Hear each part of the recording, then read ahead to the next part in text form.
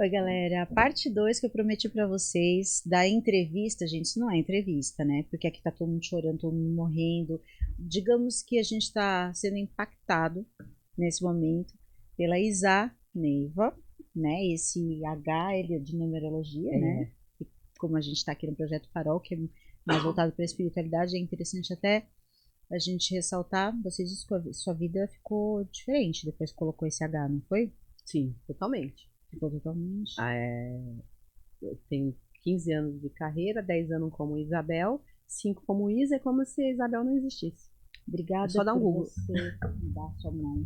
Obrigada por você ter aceitado vir pra cá com a gente, por você estar dando o seu tempo, porque assim, a gente escutando essas histórias é muito mais do que você estar sentado aqui num podcast falando comigo. O que você está passando pra gente, o que você está dando pra gente é vida.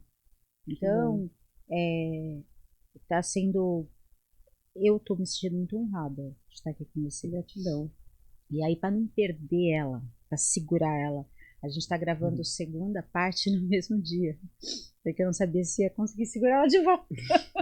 E a gente está gostando bastante, então obrigada. E aí eu só falei para vocês, numerologia sempre acreditei, tá vendo? Mais uma pessoa que conta que isso funciona, e funciona mesmo, até para número de... Eu não sou entendida disso, mas para carreira artística isso muda muita coisa. Tem gente que Muda. fala, É como você quer que as pessoas te vejam, né? Cada nome, ele vibra de uma forma diferente. Então tem que ver como o seu nome está vibrando para aquela profissão que você quer. se às vezes a pessoa também não está no momento bom profissional, no momento assim, procura, de repente, uma marquinha que você faz ali na sua assinatura vibracional e você muda tudo. Hoje, nessa segunda parte, porque a primeira foi por emoção, mas eu tenho a impressão que a segunda também vai ser, a terceira e assim por diante. Mas hoje, na segunda parte, a gente vai falar sobre uns assuntos mais sérios, não é? A gente tinha conversado ali, explica pra gente o que é um projeto de impacto social, para a gente entrar depois numa questão polêmica que é a Rouanet, que todo mundo já sabe. Conta pra gente isso daí, sobre os projetos de impacto social. Então, que eu falo que é mais minha vertente, né? São os projetos que geralmente me movem, que me movimentam, que são assuntos que me incomodam. E o projeto de impacto social, hoje ele tem até uma cartela, assim, de dentro dos próprios streamers que procuram esses projetos também. Que são projetos que geralmente tragam uma mensagem a mais de alguma questão social de relevância e que faça as pessoas refletir sobre isso. A gente tem o M8 no Netflix, N documentários também entram muito nesse aspecto. Então tem um nicho de projeto de impacto. E eu acredito que não é porque ele é de impacto social, pelo menos na minha concepção, que precisa ser um projeto assim didático ou piegas que maçante que as pessoas não gostam de assistir. Então eu busco o entretenimento para trazer mensagem e capturar minha audiência. Perfeito. Eu tenho certeza que vocês entenderam direitinho o que ela quis dizer.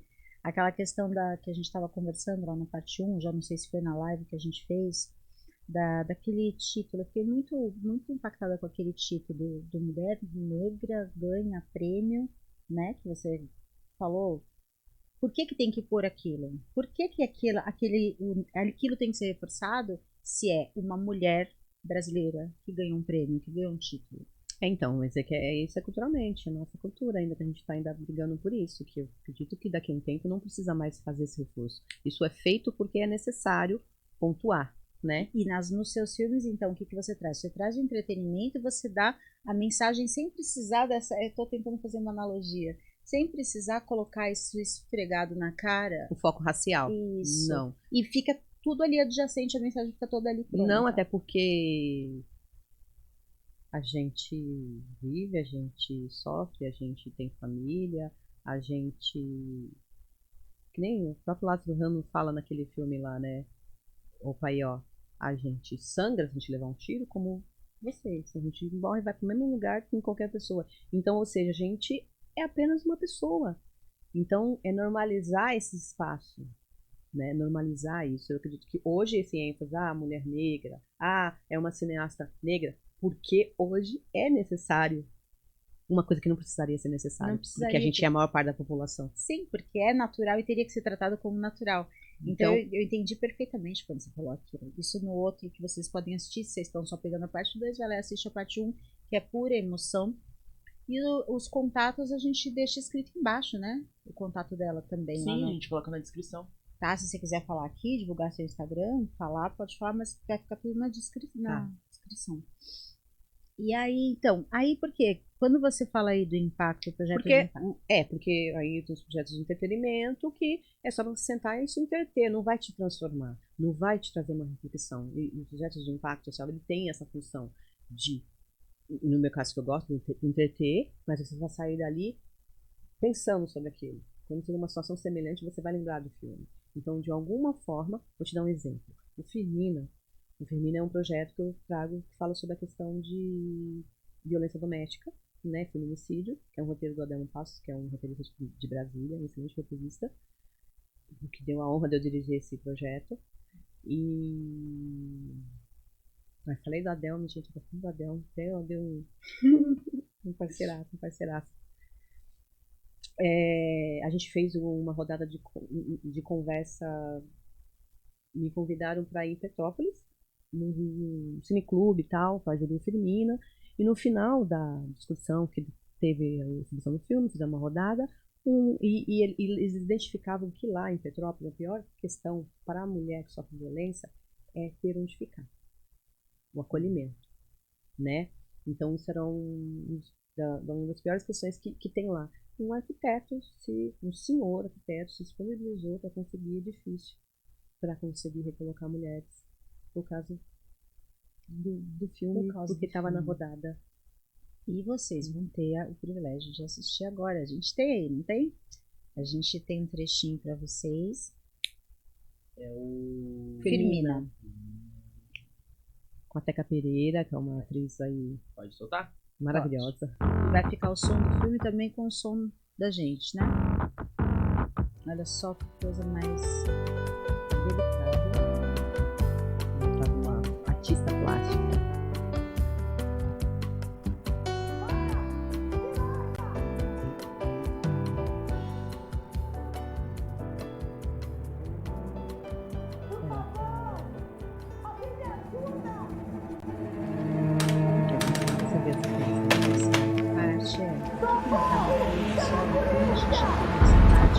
Eu senti nesse processo uma coisa muito da clausura do coração. Alguém me ajuda, pelo amor de Deus!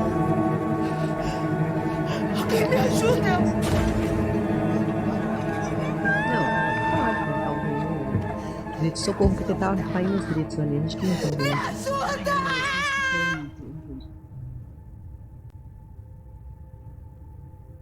Aí você vê quantos parceiros para que o projeto aconteça. E aí, no dia que eu assisti tudo, eu fui sentindo junto com a personagem, eu senti a sensação de clausura ali no meu coração, a impressão que a gente tem a clausura da personagem aqui, a clausura lá de baixo, e era como se você escutasse uma coisa surda. A sensação que eu tinha é que eu escutava aquela aflição toda, mas ficava no meu ouvido como se aquilo não saísse. Era você pega a gente na parte visceral.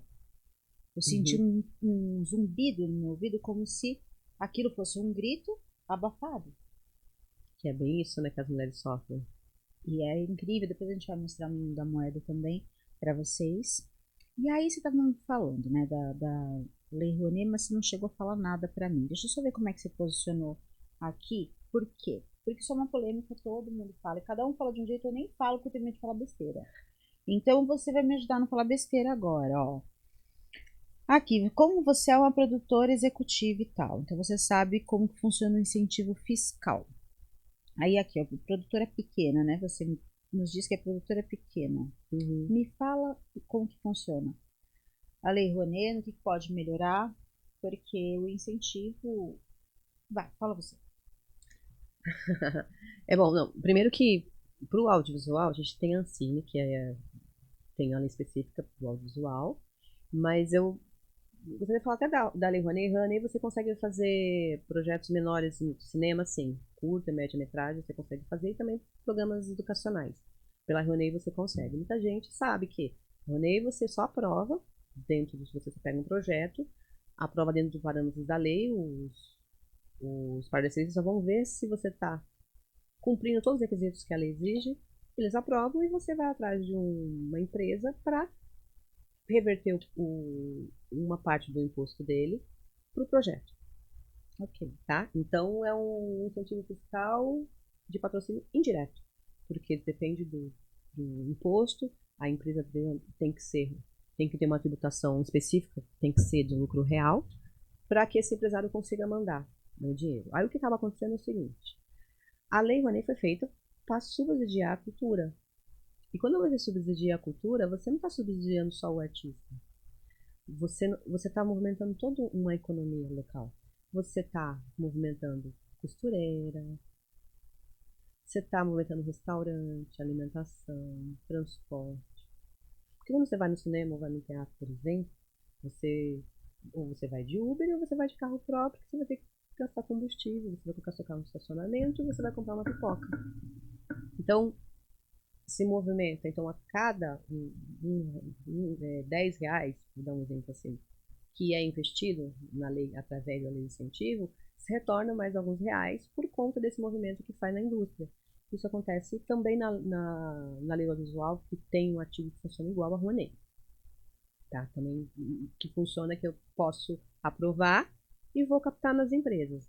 E aí a gente fica com a questão que você vê os escândalos, as pessoas falando, ai, porque Cláudia Raia pegou 5 milhões e o produtor pequeno não pega, e porque, não, sabe? Eu já ouvi história de artistas famosos que falam assim, ai, eu não quero saber da Lei Rouanet porque marginalizou. E o que acontece? Mas é para e eu tô falando aqui no lugar de uma produtora pequena, certo? Porque o que acontece? A lei, ela autoriza que o empresário escolha para quem ele quer mandar o dinheiro do projeto. Então, o grande empresário, a lei diz que ele pode usar como marketing. Então, o que o grande empresário vai querer? Você acha que ele vai querer a Cláudia Raia fazendo propaganda para ele, né? Marketing por conta da contrapartida para a marca dele? Ele vai querer a Isa Neiva, que quase ninguém conhece. Aí vai ser uma venda casada, né? Então ele vai ser Exato, um retorno certo. porque tem empresas que gastam milhões com marketing. Então, é um valor, é um ganho para a empresa. A gente está falando de valores altos, porque lucro real, a empresa tem que... Porque, assim, é só 6% do imposto. Então, tem que ter um giro bem grande para você conseguir uma quantia eficaz que consiga bancar um projeto. Então, o empresário, ele fica deslumbrado, vou ter a Cláudia Raia. Então, o que ele faz? Ele vai fechar. Só que a Cláudia Raia, vou dar um exemplo de mim como produtora. Eu poderia chegar na Cláudia Raia e contratar ela para o meu projeto. Fiz isso já. Santana. A gente, como produtor, a gente precisa estar dos artistas. Então, olha só como acaba marginalizando e atrapalhando toda uma cadeia. Eu não posso, mesmo com cachê baixo, se ela quiser trabalhar no meu projeto, que vai me ajudar como produtora pequena, não vou chamar a Cláudia Raia, ela vai me dar visibilidade porque ela já tem um nome no mercado e isso é indiscutível. Então o problema não está de mandar a verba para grandes artistas, porque você acaba até demonizando esse lugar, que eu não posso convidar um artista que eu acho que tem a ver com o meu projeto, porque simplesmente ele já tem um nome estabelecido. Olha que problema as pessoas... E muitas vezes o artista ele é contratado para estar no projeto, não foi ele que fez o projeto. Às vezes ele está num projeto que ele acredita no potencial do projeto pelo produtor, não é, e ele não vai pegar aquele dinheiro todo para ele. Tem muitos técnicos para ser pago. Então, quando você faz isso, começa a demonizar, olha, o fulano pegou e os produtores pequenos não conseguem. Você não está me ajudando. Sabe como as pessoas conseguem me ajudar? Ajudar nós, produtores pequenos? Essas pessoas e a própria lei. Uma seria a própria lei colocar, ok, grande empresário, você pode pegar o artista que você quiser para o seu projeto. Eu não sei, você não vai falar o que eu tô pensando. Vai, fala. Mas você pode pegar 50%, para você poder mandar para esse grande artista, você tem que pegar 50% e mandar para produtores menores das regiões periféricas, por exemplo. Ok? Você pode fazer isso, se beneficiar do artigo da lei, mas você pode, para você fazer isso, você tem, como uma grande artista, uma produtora que está com um grande artista, ele sabendo que ele tem 5 milhões para captar, e ele sabendo que 2,5 milhões vai para o projeto daquele grande artista, esse mesmo captador de recurso vai atrás de projetos menores para apresentar para essa empresa, porque a empresa vai querer vir atrás da gente. Por quê? Nossa, eu sou obrigada a fazer isso.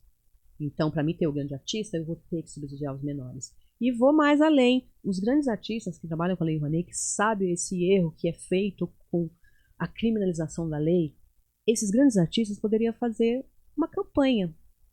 Era isso que eu queria chegar, era nisso que eu queria chegar. Talvez na obrigatoriedade desse grande artista que recebe esse valor da Lei Rouanet, ele tem uma cláusula em que ele tem que ir até o pequeno produtor e fazer um trabalho de graça. Olha só, eu tô querendo obrigar a lei. Eu já tenho escrevi isso em vários lugares, ninguém me ouve. Eu quero modificar a lei. Lei. Não tem cotas raciais em editais públicos? Não tem cota para isso, para aquilo? Cota para pequeno produtor. O que é um pequeno produtor?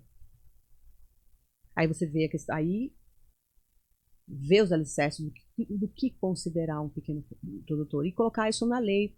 Empresa, empresário, você pode mandar para quem você quiser, mas metade desse valor, um percentual lá que seja, tem que ir você só consegue mandar para o grande se você mandar para o pequeno. Isso eu acho que seria obrigatório. Mas se a lei não faz isso, os grandes artistas que já tem nome, já está estabelecido, sabe como é a nossa luta quando no início. Se eles mesmos ir para as redes sociais deles e falar em um projeto que eles estão, o grande empresário, olha, o produtor, eu vou estar nesse projeto, mas vamos subsidiar pequenos produtores? Se os grandes artistas fizerem essa campanha, e aí pode ser que pode até apertar para a lei mudar, porque a culpa não é, sabe, dos artistas grandes que estão recebendo dinheiro, e a gente não tem acesso porque o empresário que não tem interesse na gente. Sim, o empresário quer também fazer o marketing dele. Porque ele está ganhando com isso, ele não está precisando tirar dinheiro do bolso para ganhar marketing. Você entende? Então, para mim, isso é uma coisa tão simples. E aí, ó. É um negócio que não tira de ninguém e ainda resolve do outro, né? Não tira e aí resolve. Eu posso contratar um grande artista, entendeu? Porque ele não vai ser demonizado, porque ou seja, as pessoas têm que entender que que o artista mamando, não. Você entendeu que tudo é uma indústria, você está movimentando toda uma economia criativa. E a gente vai pro audiovisual na pandemia. Quem seria da gente se a gente não tivesse audiovisual? Então deixa eu ver se eu entendi. Porque eu nunca falei sobre isso para não falar besteira. Porque eu escutava de um lado do outro, escutava tudo o contrário. Então tem lá um trio elétrico. Daí tem uma pessoa que no carnaval recebeu X, faz de conta, tá? Não sei se é possível isso. Recebeu X pra fazer um show. E aí todo mundo brigando e não sei o que, achando um absurdo porque a pessoa já é conhecida. Eu não sei se eu tô inventando esse caso ou se eu ouvi, mas pra mim isso não é a primeira vez que passa na minha cabeça. Essa pessoa, conforme você disse, movimentou o comércio inteiro local. Movimentou. Ela fez com que pessoas, às vezes, fossem até para essa cidade que, no carnaval só porque ela estaria ali. E aí, então, por isso que para as grandes empresas é interessante usar esse valor para pessoas que já são conhecidas. E eles usam a imagem do artista. Usa a imagem do artista. Isso potencializa a marca dele. Isso. E aí, mas quando você fala que movimenta tanta coisa ao redor, é um benefício também que se estende local, a todos. Para todos. Um benefício. Então dá para entender um pouco isso. Por isso que você não diz errada a maneira que é aplicada a lei. Você não diz. Mas eu acho que deveria ser dividido. E isso que não acontece. Se a lei obrigar, os empresários não vai deixar de continuar usando o marketing lá, que é subsídio. É um imposto que ele pagaria de qualquer forma. E aí ele vai deixar de tirar do bolso dele para investir de marca. Tem marcas que gastam milhões por ano, gente. Com a sua ideia, ninguém perde, né? Ninguém perde. Todo mundo ganha. Acabou, sabe? Para mim é uma coisa tão simples. A lei obrigar o empresário, ele pode mandar, mas ele tem que também mandar para os pequenos. Aí eles vão começar a vir atrás da gente. Porque então isso acabou deixando com uma forma muito complicada quando só se fala que você entende? Agora tem empresa que tem um aspecto que, inclusive, fazem até instituições de pegar projetos de produtores pequenos que fazem editais. Tem algumas empresas que têm isso, mas muitas não. A gente tem eu mando para o grande empresário, mas eu faço captação de outros. Mas é edital, aí você tem que entrar numa ampla concorrência, né, para você conseguir um lugar ali. A questão é que você tem captadores de recurso e que vão atrás dessa verba, que já tem até uma cartela. Edital, então, para quem não sabe, e também esclarecendo uma parte de uma grande dúvida minha, é o quê? São pessoas que se disponibilizam a pegar trabalhos que são de produtores menores, é Não, isso? não, é assim. Existe edital público e edital privado. Então, tem instituições que abrem editais privados. Vou dar exemplo, Itaú Cultural, por exemplo. Só que tem algumas instituições que têm verba direta. O que ele faz? O Porto Seguro, Caixa Econômica, Ambev, vários fazem editais privados. Eles abrem uma chamada pública e você escreve o seu projeto e você disputa com outras pessoas aquele projeto que eles acham que tem mais a ver com a vertente deles. Eles selecionam e aí você tem a aprovação, isso é indireto, de uma lei de incentivo, ele vai descontar no imposto dele e vai aportar a verba para o seu projeto através da lei de incentivo. Isso é uma coisa. Tá? Tem empresa que faz também patrocínio direto, porque eles têm uma outra forma, uma outra vertente, e não depende só da lei de incentivo, eles também aportam direto. Para isso, eu preciso também participar de um concurso entre outras pessoas e eles vão escolher os projetos que eles querem. E são editais privados. Edital público, geralmente, aqui em São Paulo a gente tem um PROAC, por exemplo, que é no estado todo. Cada cidade, município tem os seus também. E é um edital que ele abre várias linhas para cada linguagem. E você escreve o seu projeto, você disputa com... Já cheguei a disputar com 1.500 pessoas. E aí 10, 15 projetos eles escolhem para mandar dinheiro direto. Você não precisa aprovar seu projeto numa lei de incentivo. É direto. O digital já te dá o dinheiro. Então, esses daí, aí já caindo na vertente aí dos editais, a importância deles e também dos editais que abriram, que tanto a lei Paulo Gustavo quanto a Aldir Blanc, acaba trazendo um benefício maior para além de subsidiar os artistas com suas artes. Qual? Todo projeto nessas leis, geralmente eles têm que fazer, dar como contrapartida curso de capacitação para outras pessoas que não têm oportunidade de pagar, por exemplo. Então, é muita oficina rolando, e às vezes oficinas boas. E a contrapartida também te pontua no projeto. Eu gosto de dar uma contrapartida muito bem redonda. Por exemplo, eu dou contrapartida de direção de ator, de atuação, de produção executiva, de como você fazer um edital, de como você começar, sabe? Que era uma das perguntas, né? Como começar? Então, a responsabilidade, para além do cultural, de movimentar, também movimenta essa cadeia de você dar estrutura para que outras pessoas também tenham acesso à formação, que é cara, geralmente. Por exemplo, agora lá para o mês de agosto, outubro, a gente vai fazer uma oficina que vem do edital, pela Mulher Filmes, que para capacitar 60 mulheres que estão fora do mercado de trabalho, como produtora e produtora executiva. Então é um curso que seria uns R$5.000 para você fazer, por exemplo, gratuito, que vai ter na Casa de Cultura Nave Coletiva, ali na região do Cambuci. E aí, quem segue nas redes sociais, eu sempre coloco outras contrapartidas também, roteiro. E quando você está girando com o edital, você vai ter que fazer isso. E eu adoro fazer. Que aí eu conheço pessoas, desses lugares eu vejo, olha, tem esse olhar, você é bom nisso, e dá oportunidade. Então, e a ideia dessa oficina para 60 mulheres é trazer o mercado, sabe? Em uma posição nossa, tá colocando. Tá vendo? Então, vocês têm que ir lá, entra agora, vamos dar suas redes, apesar de vai ficar escrito embaixo. Isa Neiva, I-Z-A-H. E Neiva grudadinho, sem Neiva. Pontinho, sem nada. E aí você vai ter... Aí quando você vê lá alguma marcação minha de algum filme, todos eles têm páginas próprias. É só você clicar que você vai ver o que está acontecendo nos bastidores, aonde tá, em que cidade tá. Inclusive, a Fermina agora tá no primeiro festival de Xerém, do Instituição Zeca Pagodinho, no Rio de Janeiro.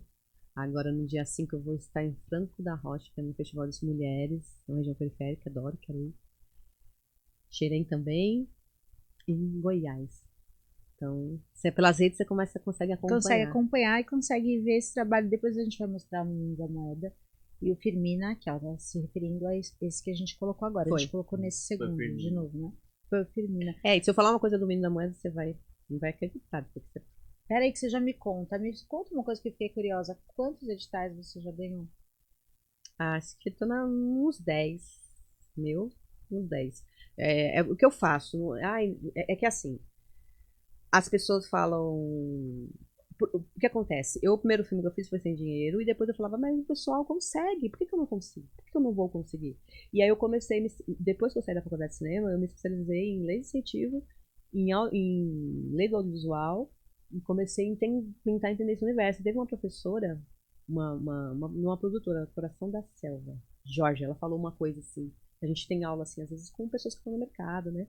Ela falou assim, gente, edital é só ler e responder. O povo tem medo de ler. Eu fiquei com isso na cabeça. Aí o que eu comecei a fazer? Comecei a ler.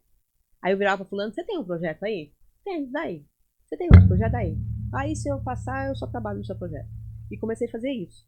E aí o primeiro projeto que eu ganhei foi o meu Menino da Moeda. Ai, que delícia. Aí eu falei, oi, eu comecei a escrever mais. É o primeiro projeto. Incentiva, né? Olha! Demorou 4 anos pra me ganhar o primeiro, te juro. Mas aí você vai... E aí você acaba entendendo que não é sobre o projeto. Você, como um produtor, você tem que estar preparado. Porque é o que está acontecendo no momento. Então você tem que ter vários projetos na gaveta e você jogar ele no momento que ele vai. Por exemplo, o Firmina, eu ganhei 2 editais públicos. Então é difícil você ganhar um, né? Eu fui contemplada nos 2. Claro que eu não peguei dinheiro dos 2 porque eu não podia. Mas sabe qual foi a minha justificativa?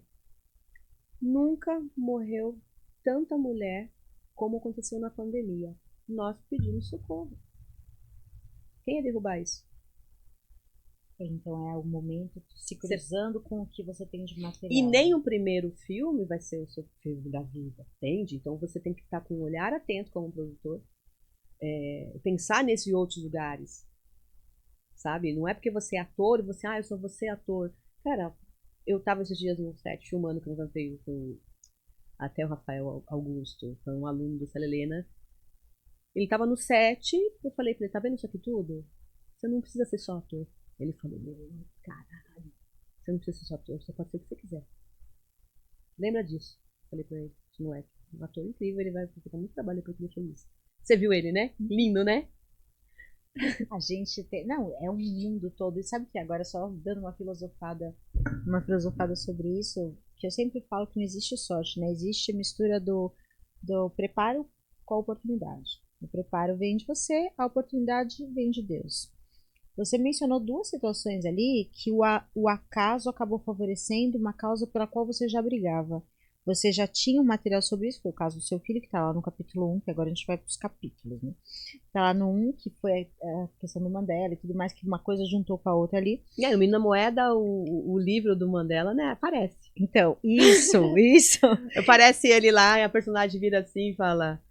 É muito engraçada essa cena, que ela olha assim, a pessoa pergunta o nome do menino que ela tá procurando, e ela não sabe o nome do menino, aquele lugar que eu te falei de humanizar.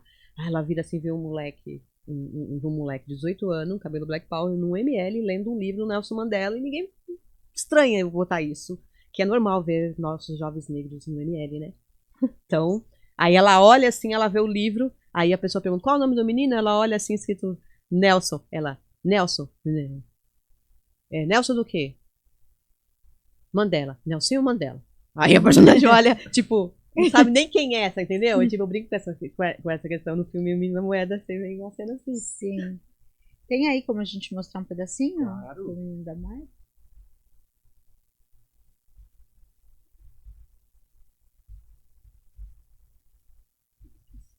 Olha, eu não tenho muito, mas eu tenho essa moeda aqui, que pode ficar para a senhora. Fica pensativa nisso.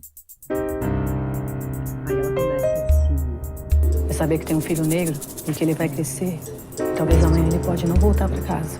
A mulher de igualdade.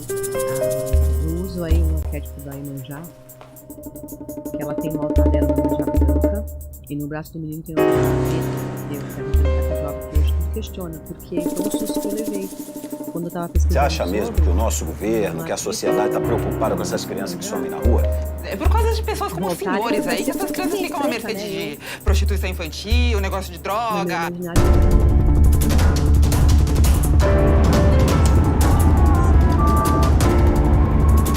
Pra trazer recursos, né? Ter pessoa acessibilidade de trabalho.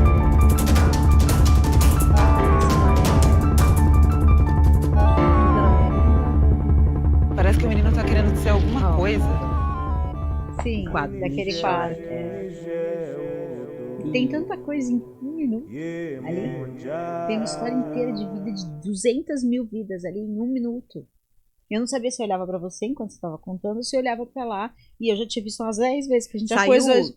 Saiu várias críticas sobre Menina Moeda, assim. Eu te mandei uma, não sei se você conseguiu ver, mas sobre todo o que tem ali envolto, porque a Vera sou eu, né? Essa cena aconteceu. Eu estava no Farol, tinha uns 20 e poucos anos, e eu era essa pessoa afetada pela questão da violência urbana. Então, se eu via alguém aproximando do carro, já, sabe, desesperada, assim. E aí, nesse dia, não deu tempo de eu fechar o vidro, vi um menino se aproximando pelo retrovisor, os carros na frente, farol fechado, eu não tinha o que fazer. Eu estava na Zaquinacha, ali que tinha umas comunidades, que eu joguei uns predinhos ali na Zona Norte de São Paulo. E aí eu virei, o menino, oi, tia, me dá um trocado aí, que é exatamente o... Aí eu virei, ô menino, eu não tenho, a situação tá melhor que a minha. Ele, tá, até parece. Falei, não, olha aí o meu carro aí todo amassado. Esse dia, eu tinha batido no meu carro, tava esperando a empresa pagar. Olha aí meu carro todo amassado. Aí o menino olha assim, eu falei, você que tá melhor que eu, hein? E eu querendo desconversar o menino pro barão abrir pra mim ir embora. Eu queria distrair o menino. Tá. Aí ele virou. Eu falei, você tá melhor que eu, você não tem um aí pra me arrumar, não? Aí ele pegou uma moedinha e falou, tia, não tenho muito não, mas eu tenho essa moeda aqui, pode ficar pra senhora. Ele me colocou na mão. Parou a abrir. Tudo parou. Tinha que sair do lugar, sair, fiquei aqui na cabeça. Voltei. Por quê? Depois eu falei, cara, um moleque desse nunca vai ser marginal, né? Olha a situação que ele tá. Ele tá ali exposto. Ele é uma vítima. E não velho. tinha nada, ainda dividiu o que não tinha. E aí, como uma pessoa dessa, a índole, só dele fazer essa ação, era uma moeda que não tinha valor, mas assim, eu fiquei viajando aquilo, eu falei, gente. Aí eu procurei o menino, não achei, mas não achei. Aí eu comecei a olhar na internet, procurar. Aí tava lá dizendo no Código Penal que era crime, criança trabalhando no farol. Eu falei, mas se é crime, por que ninguém faz nada? Ninguém vê nada. Aí, e eu fiquei pesquisando, e falei, aí eu, conversando com meu irmão, falei assim, meu, o que eu faço? Eu pego essa criança, boto dentro do... levo pra casa? Se fizer isso, a minha personagem faz isso, né? Sim. Aí ele fala, mas assim, pensa comigo, meu irmão era todo filósofo e tal, ele falou assim pra mim, a criança que vive nessa situação, ela não conhece outra. Se você tirar, às vezes, da família dela, mandar pra uma instituição, não sei o quê, Ela sofre. e eu tenho uma cena que eu quero falar sobre isso, porque a criança vai e ela fica perguntando da mãe, que ela só vai comer quando a mãe dela chegar. Então eu começo a falar, porque cada um tem uma situação, né? Então não dá pra você criminalizar. E aí eu ficava horrorizada quando eu via essa criança, porque ela tá exposta. Se eu colocasse aquele menino no carro, qualquer pessoa... Gente, mãe da Sé, some gente todo dia. Imagina essas que ninguém vai atrás, que é sobre isso que eu faço no filme. Que é muito louco. No filme tem uma cena que até o André Ramiro que faz. Ela chega lá, aí eles fazem um retrato falado do menino que ela tá procurando. Aí ele... qual é o nome do menino? Aí ela... não sei, só vi ele uma vez. A senhora tá de palhaçada comigo? Você falou fazer um retrato falado, você nem sabe quem é o menino? Ué, não é assim? Uma pessoa some 24 horas, não tem que vir na delegacia? Eu até brinco com isso, é meio... Quando às vezes eu falo, maluca roteirista, né? Mas é sobre isso, né? É maluca roteirista. Eu sempre falo, manda essa roteirista embora. E aí, eu fiquei com isso muito tempo na cabeça. E eu fiz como todo mundo faz. Nada. Eu vi as crianças, elas continuavam lá. Eu não fui nada. Isso foi muito. E aí, na faculdade, o coordenador perguntou, por que vocês querem ser artistas? Isso nunca me saiu. E sempre que eu contava essa história desse menino, que eu não encontrei, porque eu não sei se ele tá vivo, eu não sei quem é esse menino. o menino da moeda. Não sei. E agora aí eu fiz um filme, né? E as pessoas falam, mas você fez um filme, porque a minha personagem não se movimenta. Você entendendo o filme, assistindo o filme, você vai ver. Você fica. Mesmo pra, o filme é pra todos nós. Não é. O filme, quando você assistir, você vai entender que eu tô falando. Eu tô dando um tapa na cara. Cada um, no final da música, até uma música infantil que fala, cada um com o seu sapato. Olha pro seu sapato. E aí, muito tempo depois, aí esse meu roteirista falou, mas a Isa fez um filme, ela não fez alguma coisa, ela tá falando sobre. Aí a gente inventou um longa-metragem, O Menino da Moeda, que a gente escreveu, que inclusive eu tive uma tiragem de carta com a Melina, e eu perguntei desse projeto na época, olha, que esse projeto tem futuro, tal, que era o curta que eu tinha acabado de fazer. Aí ela falou assim pra mim, sem saber do que eu tava falando. Na primeira vez que eu conversei com ela. Ela falou assim, olha, eu tô vendo esse projeto vai dar muito certo, eu tô vendo uma coisa alongada dele. Ela não Eu sabe. usei até a palavra, eu acho, sem saber. Alongada. Achei engraçado. Eu falei, olha que interessante, alongada. Longa-metragem, né? Vai vir outra coisa dele alongar. Uma coisa longa. Não sei falar, mas vai ter uma coisa meio continuidade. A gente fez um roteiro, que eu tô fazendo captação de recurso. E nesse filme, eu tô falando sobre trabalho infantil. E é um filme que ele tá muito emocionante, tem muita comédia, ele é emocionante. Mas aí a personagem, ela está nesse momento de empoderamento que é que você viu no Sônia. Ela lá falando com ela, que estava fazendo processo de adoção. Você lembra disso? O diálogo? É sobre isso. Todos os trabalhos dela se entrelaçam, todos. E tem vários sinaizinhos que ficam quadro de uma coisa, coisa de um pro outro. É como se todos eles dançassem a mesma. Fosse uma parte da orquestra. A Firmina, um quadro do traçado dela tá lá. Sim. É uma parte. E você acha que sua arte, em algum momento, tipo, você só conseguiria fazer se fosse a realidade que você falou agora? Foi algo que você viveu. Você um dia escreveria um roteiro viajadão, tipo, filme de herói e tal, Então, ou sempre vai estar no lado mais real da não, coisa? então, olha só. Então, eu dirigi os atores naquele filme lá tal. Aí o Menino da Moeda, que é roteiro meu, né? Que é sobre. Porque é bem isso. Você sabe que se é roteirista iniciante, ele vai escrever sobre si. Que é o que ele entende, é um lugar que ele consegue pisar. Sim. Né? Então, quando veio o Firmina, o roteiro não é meu. Então, eu achei maravilhoso aquilo, porque eu consegui. O roteirista até falou: Isa, tem que me ensinar o roteiro. Eu falei: não. Eu coloquei coisas não de mim como Isa, mas assim, contribuições artísticas que, dentro do filme, que eu achei muito potente e gostei muito de fazer isso. Porque não é uma coisa que estava secada na minha cabeça, veio de outra pessoa, e você pega um roteiro seu, você manda outra pessoa dirigir, você fala, cara, uma outra visão. E aí acontece, o Sônia é um roteiro que eu fiz por uma questão pessoal, e assim, na verdade, eu levo pra ficção, mas assim, eu tive um start, o porquê eu quis fazer esse filme. Entendeu? Então o filme não é todo real, eu coloco baseado, inspirado em fatos reais, mas ele não é todo real, mas tem coisas que me deram gatilhos. Eu falei, cara, aqui tem um filme. Por exemplo, ela falou, eu tava fazendo ressonância e parecia que eu estava sendo... Isso pra mim foi um gatilho. Porque eu estou procurando um roteiro, porque eu tô muito centrada em fazer roteiros bem curtos, com o personagem já na problemática, e eu quero fazer ficção. Mais ficção científica, terror. Eu tô nessa pegada agora. E o Firmina, eu tenho muito lance ali do Hitchcock. Ela, pra salvar a mulher, ela está aqui no próprio quadro, como o Hitchcock faz no assassinato, a música é tudo. Então tem essa, você assistiu. Não, Firmina. Firmina, sim. Ela saqueando o quadro pra poder Sim. botar fogo, por exemplo. Hitchcock aquilo. É aquela cena do cara matando a mulher. E eu inverti isso. Então, eu gosto de trabalhar a arte, mesmo trabalhando no tema social, trazendo arte. Agora, por exemplo, o outro roteiro que eu acabei de escrever, não aconteceu comigo. Certo. Eu peguei de um assunto que eu vi no TikTok. E ganhei 2 editais. Aí, E é sobre saúde mental. Não tem nada a ver comigo, é um espaço que eu não conheço. E eu quero fazer, porque eu quero falar a questão de saúde mental. A gente cria estereótipo e preconceito porque a gente não tem conversa sobre isso. Então, às vezes, tem alguém precisando de ajuda, ou você mesmo está precisando de ajuda. O número de suicídio aumenta cada vez mais, mas a mídia não divulga para não ser um incentivo, isso não é errado. Então, esse outro projeto, que chama Escuta, que as pessoas não têm escuta, é sobre isso. E é uma ficção que eu também estou levando aí pro lado do Hitchcock, Janela Discreta. E é uma curta muito curta, que eu vou gravar agora no mês que vem. E aí agora eu tô na pegada de terror, eu quero fazer muito terror, muito. Então eu tô com o O que roteiro. te puxou pro terror?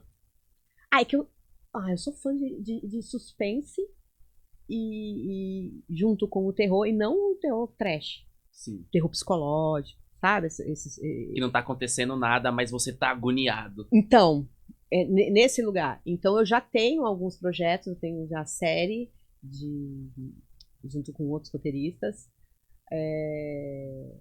de uma personagem que descobre que tá morta e tem que investigar o próprio assassinato, tem essas coisas todas. Eu tô indo pra esse lado que eu gosto muito. Então, você assistindo meus filmes, você vê que eu tenho essa pegada, porque eu não fico aquela coisa assim, eu gosto, eu sou uma cinéfila, assim, esses filmes, pra mim. E eu gosto sempre, eu gosto de brincar muito assim, eu mostro uma coisa, e aí depois você vai ver que eu não vou falar sobre, não é sobre aquilo, eu tô falando outra coisa. Entendeu? Então, eu gosto de brincar, reverter. Tipo truque de mágica, né? Assistente de palco tá ali só pra distrair, mas o mágico tá fazendo a mágica no Sim, e fundo. depois você volta, porque né, não é. Aí você acaba vendo minha referência, por exemplo, Seven, que é um tipo de filme que tem uma virada assim surpreendente, você sente ido, você fala, você sabe que alguma coisa vai acontecer. Então eu faço isso com o projeto de impacto. Você vai estar ali. No meu outro projeto, né, eu mandei alguns roteiristas dar uma lida e falou, nossa, eu me diverti muito com o roteiro, mas no final eu me senti culpada. Eu falei, é isso que eu quero. É isso. Sabe? Então, é isso. Então, eu tô no caminho. Causar um desconforto para que a pessoa evolua ali. Mas aí eu já tô com um projeto de... Depois eu te falo, né, que aí já é mais... Discreto. A gente vai assistir daqui a pouco, quando não estivermos aqui, porque não pode assistir, né? Vocês vão assistir Gente, vou falar uma coisa pra você. O nome a gente pode falar? Pode, Sônia. Sônia. Assim E lá na frente vocês vão descobrir vai dar muito que é. Vai dar muito o que falar. Mas ela falou que vocês não, vão mas Sônia é outra coisa que ela falou. Ela não sabia que eu tava fazendo esse filme e falou: esse ano vai ser um universo pra você totalmente feminino. E começou a falar. Falei, vai uma coisa que vai transformar. Você vai ser chamada. E não sei o que, ela nem sabia. O meu tarô. É um absurdo, que medo. O meu tarô, ele dá uns sustos em mim. Depois, num outro podcast, eu vou contar uns sustos que eu andei levando essa semana, mas como a gente tá na parte da arte, eu não vou misturar.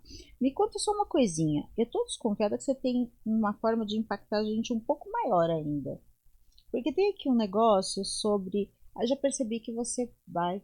Qualquer coisa te inspira ali, já pode virar um filme. Isso é um fato. Já é mecânico, já é um dom, né? Aí... Eu queria entender se você tem alguma coisa mais que te marque que ainda não virou. Um espinho ali, alguma dor que você ainda não transformou em filme. Um espinho muito dolorido, assim, pra mim.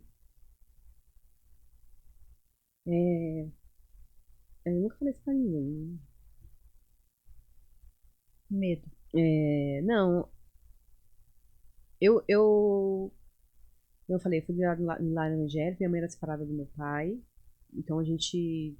Na verdade, eu basicamente não tive um pai, porque ele morreu, eu tinha 7 anos, eu não tive muita conversa com ele, porque quando eu era pequenininha, minha mãe já morava de aluguel, separada, assim. A gente passava uma dificuldade. Meu pai era negro, minha mãe era branca, né? Eu não era parecida. E aí ela me deixava brincar numa casa de uma amiguinha de pessoas pretas. Eu adorava ir lá. Uma vizinha que tinha. Eu tinha uns 6, 7 anos. 6. E eu adorava ir lá, porque tudo que a mãe da menina dava pra ela dava pra mim. Então, se ela dava uma bolachinha pra menina, ela dava pra mim, sabe? E eu gostava de brincar com a menina e me sentia acolhida ali. E sempre gostava de ir lá. Não me deixava. Aí teve um dia que essa mulher, ela serviu a janta. E aí eu jantei, eu falei pra mim, vou embora. É uma coisa que eu nunca esqueci. Ela virou pra mim e falou assim, você só tava esperando a janta, né?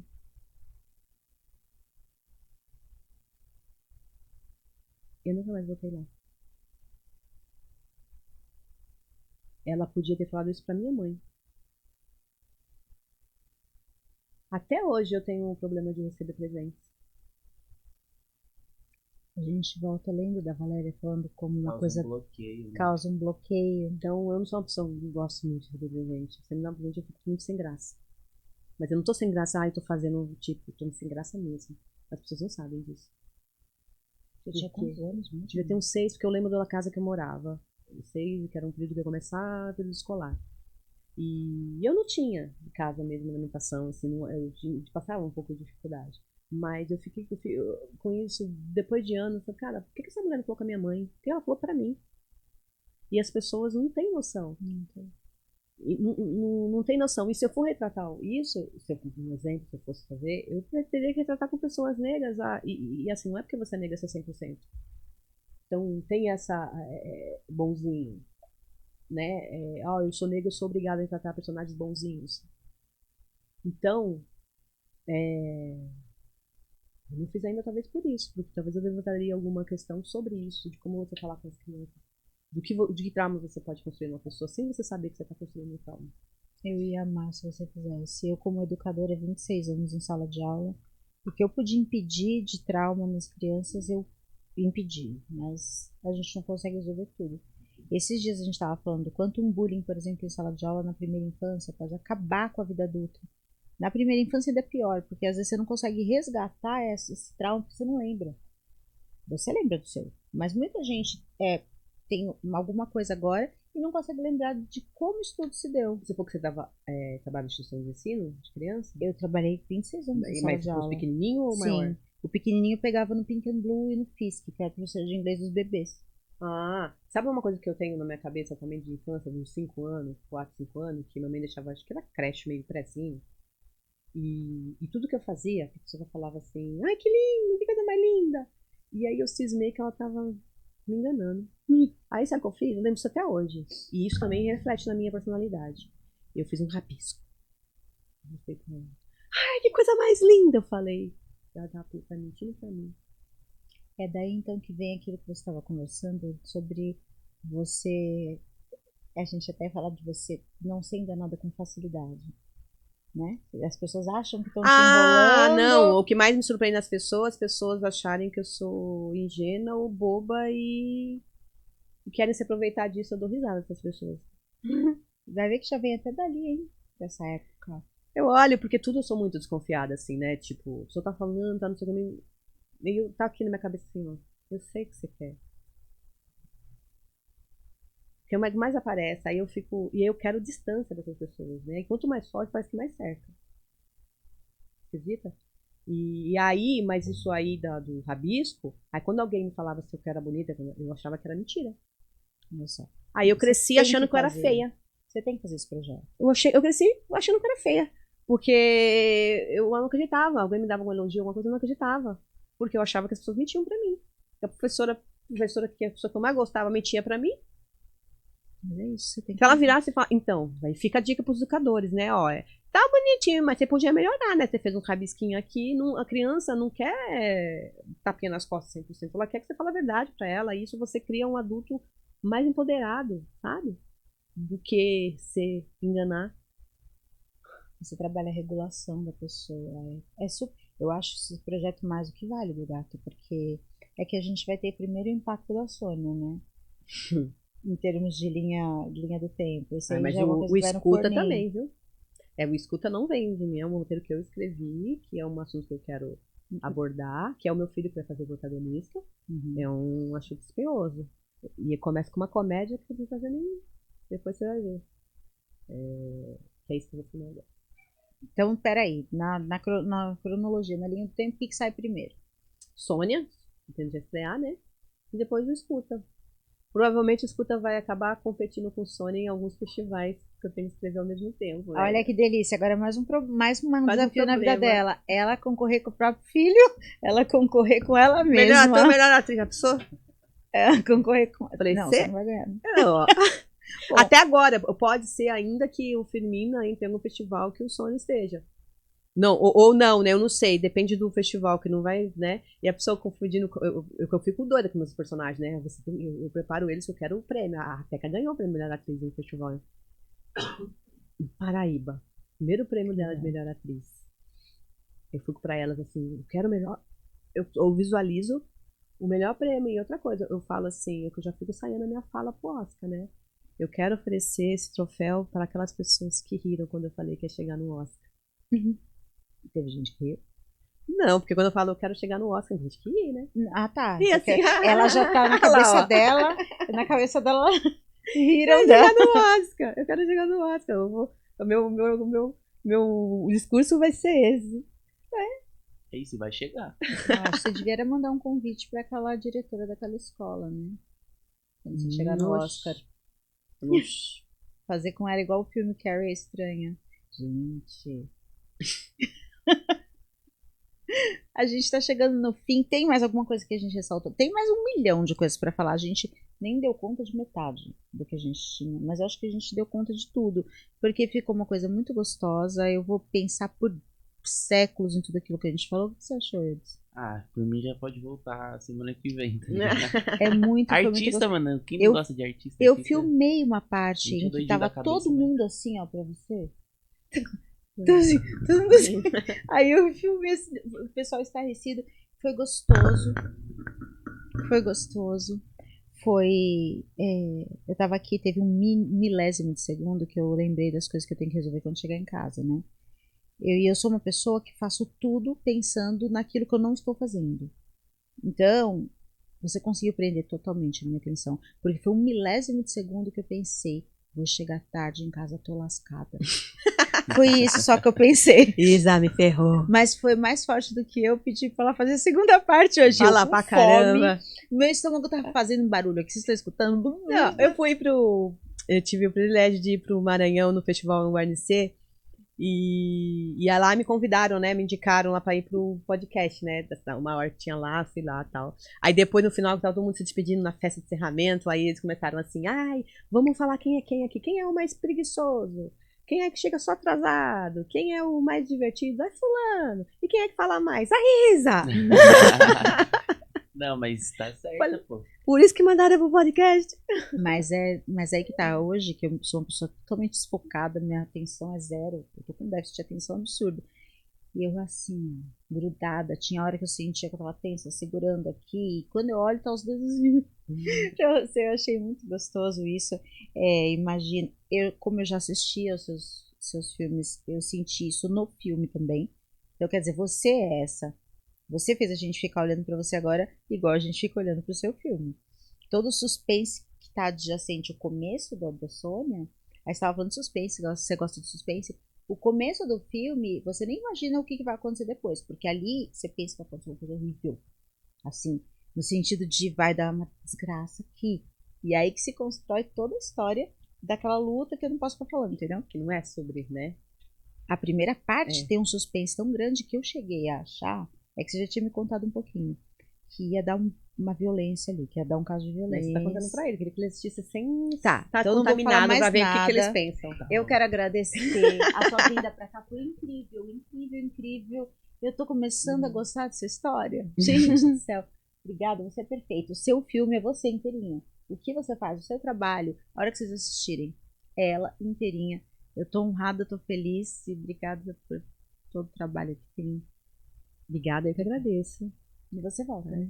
Eu volto pra falar depois do Sônia. Já pensou eu no festival falando do Sônia? Deus Da do próxima céu. vez. E se ela demorar um pouquinho pra voltar, na hora que vocês olharem ela de roupa aqui, vocês vão ficar vão ter uma informação a mais, né? Na hora que tiver toda vestidinha, bonitinha, vocês assim, já vi, olha que eu já vi. Obrigada, gata. Obrigada. Eu que agradeço. Foi incrível. Obrigada. Um beijo.